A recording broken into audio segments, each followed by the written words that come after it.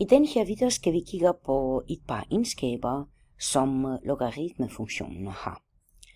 Vi har to slags logaritmefunktioner, som vi arbejder med.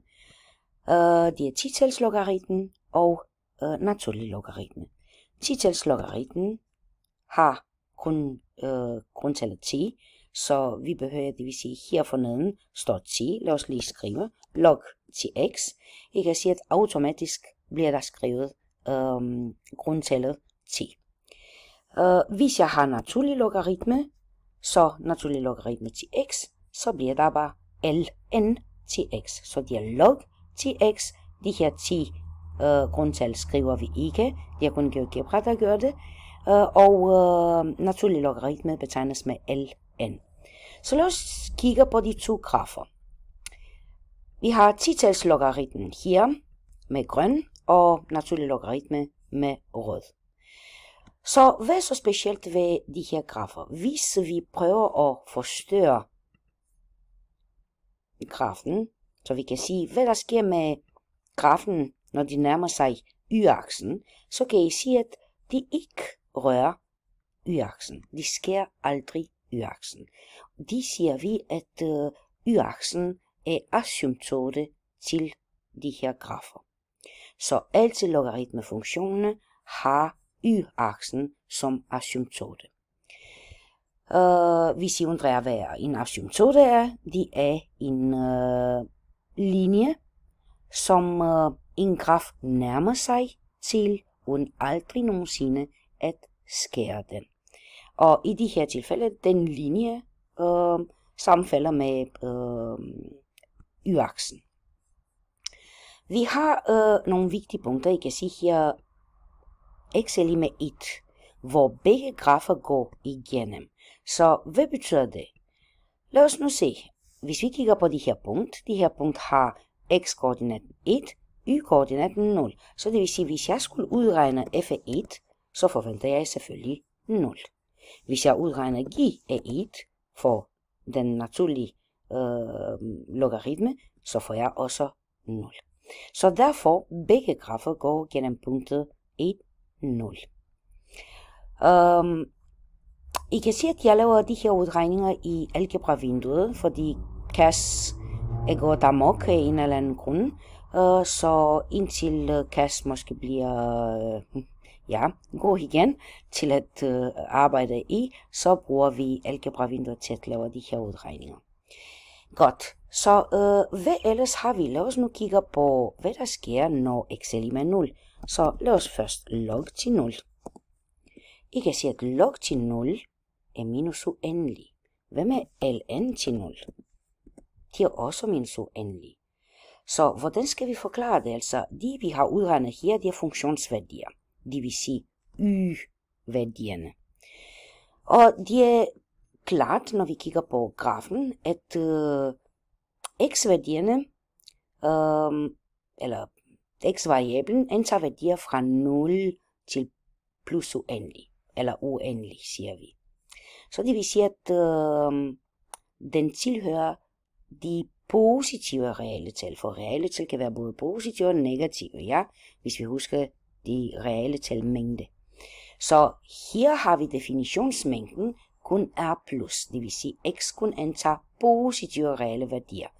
Hvorimod funktionsværdierne kan vi sige, at de går mod minus uendelig.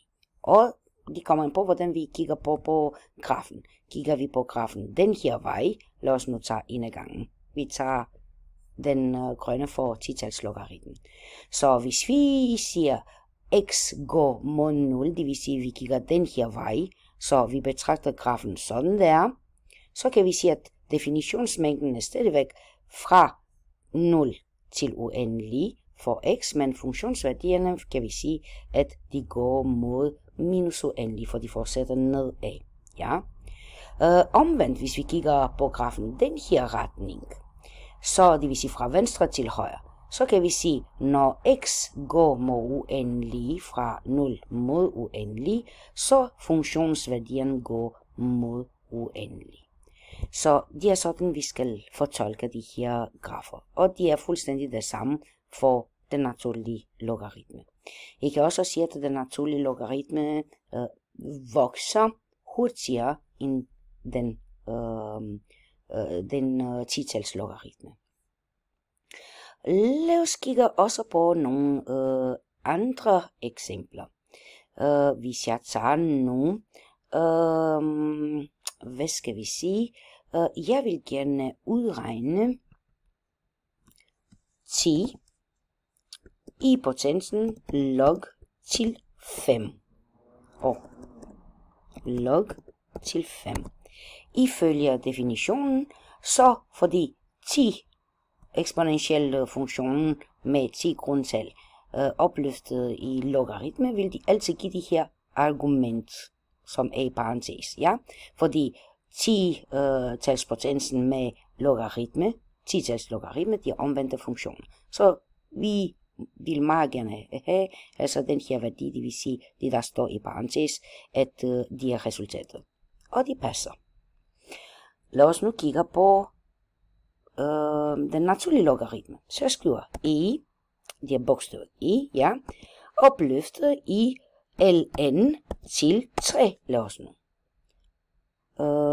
Jeg tror ikke, jeg skriver ln. Sådan der. A3. Vi trykker enter. Vi forventer, at de giver 3. Det giver ikke noget. Hvorfor det? Fordi jeg skal skrive faktisk, jeg skal bruge den her notation. Så det er meget vigtigt, at I bruger, når jeg arbejder med naturlig logaritme, så bruger I den her notation. Så jeg har e opløftet i ln til 3. Enter.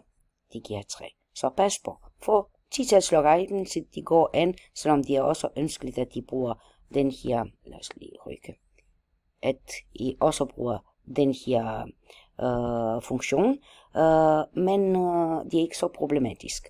Men når de kommer til naturlig logaritme, så bliver det problematisk, så brug altid den her notation. Hvad ellers skal vi gøre? Vi kan løse selvfølgelig ligninger.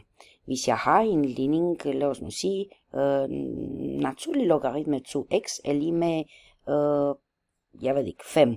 Så bruger jeg løs ligning, så skriver jeg naturlig logaritme, og det er det samme, det gælder, når man skriver naturlig logaritme versus 10-tals logaritme. Så det er den her, ellers kan man sagtens skrive log i hånden. Ja? Så naturlig logaritme til 2x, ser vi, er lige med 4. Lad os nu sige, hvad vi får. Vi får værdien 27,3. Så har vi løst den her ligning. For i gas vil den ikke virke. Sidste eksempel, jeg vil vise jer, det er selvfølgelig, når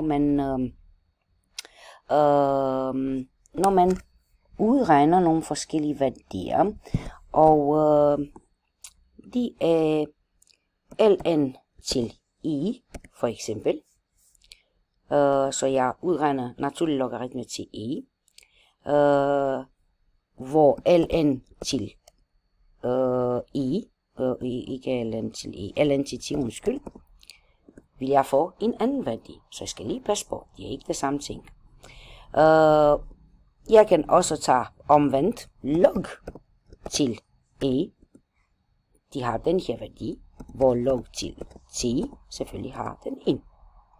Så læg mærke til alle de her regneregler, hvad er specielt for naturlig logaritme, og hvad er specielt for 10-tals logaritme, samtidig med definitionsmængden og værdimængden for de to logaritmefunktioner.